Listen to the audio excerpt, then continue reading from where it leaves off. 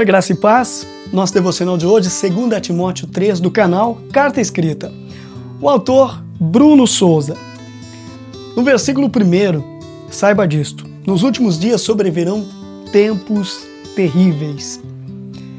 Essa é uma passagem clássica onde provamos que estamos no fim dos tempos e repetimos: Jesus está voltando. Particularmente, não gosto desse verbo no gerúndio, Cristo voltará, pois a conjugação, na outra forma, soa como se Jesus fosse uma tartaruga que está se aprontando a passos lentos e que a demora dura mais de 2 milênios. O retorno do Rei dos Reis virá repentinamente e em Mateus 24, Cristo diz: não compete a vós saber quando o Pai restaurará o reino de Israel. Em outras palavras, ele diz para não pensarmos nisso e não fazermos previsões. Não devemos nos intrometer nisso. Agora, quanto à prova, que essa é a época e que os sinais bíblicos são claros, peço a gentileza que vocês voltem ao século XIV. Nesse século, quase 200 milhões foram mortos por peste bubônica, a peste negra, na Eurásia, Europa mais Ásia. Segundo os textos dos relatos, nessa época, eram pilhas infindáveis e assustadora em relação à altura dos corpos empilhados. Citavam que não havia mais choro, pois todos já se conscientizavam que era o fim dos tempos e já esperavam em seguida a volta de Cristo. Hoje não temos nem 10% do cenário terrível que os humanos passaram naquela ocasião. No século passado, onde passamos por 2 guerras mundiais e uma centena de milhão de mortes resultantes do socialismo e comunismo. Apesar de estarmos imersos em um denegrimento moral e ainda com diversos conflitos em andamentos, como mais de 100 mil cristãos mortos todos os anos no Oriente Médio, as proporções estão menores que o passado. Temos que desejar mais do que tudo a volta de Cristo, mas os sinais, para mim, não são óbvios e Cristo nos alertou para desenganar disso. É melhor obedecer. No versículo 2, os homens serão egoístas, avarentos, presunçosos, arrogantes, blasfemos, desobedientes aos pais, ingratos, ímpios. No 3, sem amor pela família, irreconciliáveis, caluniadores, sem domínio próprio, cruéis, inimigos do bem. 4, traidores, precipitados, soberbos, mais amantes dos prazeres do que amigos de Deus. No 5, tendo aparência de piedade, mas negando o seu poder. Afaste-se desses também. No 6, são esses os que se introduzem pelas casas e conquistam mulheres instáveis, sobrecarregadas de pecados, as quais se deixam levar por toda espécie de desejos. No versículo 7, elas estão sempre aprendendo e jamais conseguem chegar ao conhecimento da verdade. No 8, como Janes e Jambres se opuseram a Moisés, esses também resistem à verdade. A mente deles é depravada, são reprovados na fé. 9, não irão longe, porém, como no caso daqueles, a sua insensatez se tornará evidente a todos. Todos os versículos acima servem, por exemplo, ao reinado de Nero, que condenou a morte de Pedro e depois Paulo. Intervalo de 3 anos.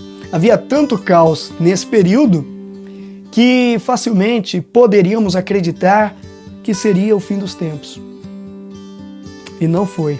No versículo 10, mas você tem seguido de perto o meu ensino, a minha conduta, o meu propósito, a minha fé, a minha paciência, o meu amor, a minha perseverança. No 11, as perseguições e os sofrimentos que enfrentei, coisas que me aconteceram em Antioquia, Icônio e Listra. Quanta perseguição suportei! Mas de todas essas o Senhor me livrou. Algo que penso diariamente e tento me reprogramar é pensar somente o que Deus pensa de mim. Isso é muito difícil. Se pararmos para pensar no cotidiano de boa parte dos cristãos, em todo lugar, no inconsciente, muitos querem ter uma conduta impecável, uma imagem inabalável, uma vida infalível, mas temem, acima de tudo, que seus atos se tornem vexatórios aos olhos da sociedade. Toda a moralidade, atos e gestos são por medo da sociedade e não para os olhos de Deus.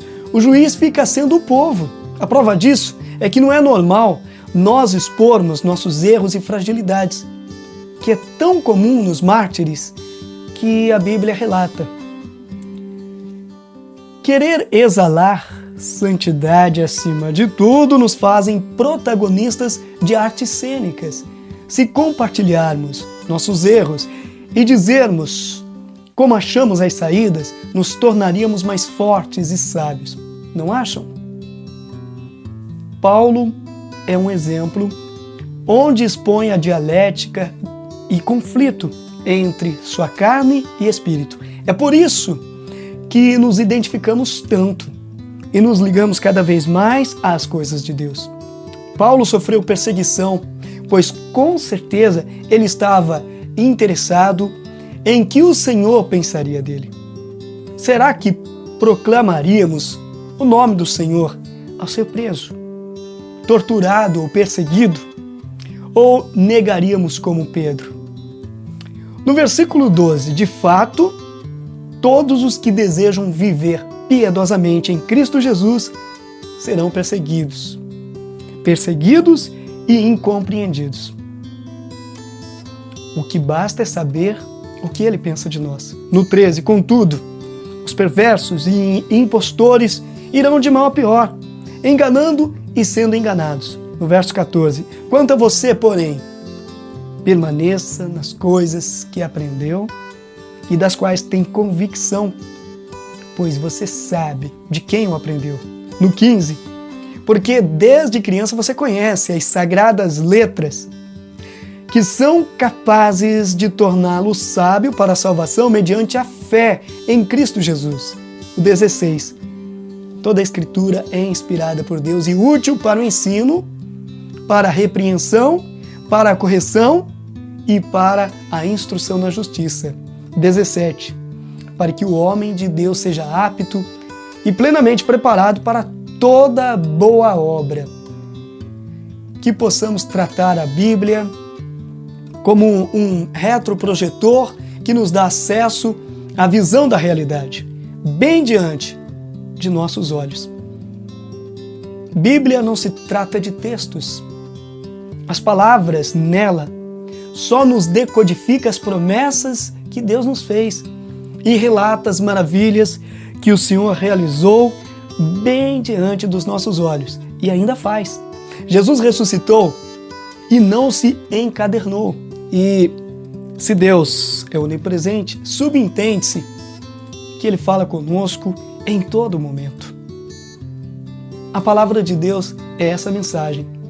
O boa noite de nossas mães, o soprar da brisa dessa noite, o equilíbrio e simetria da natureza e a esperança de sermos eternos com Ele.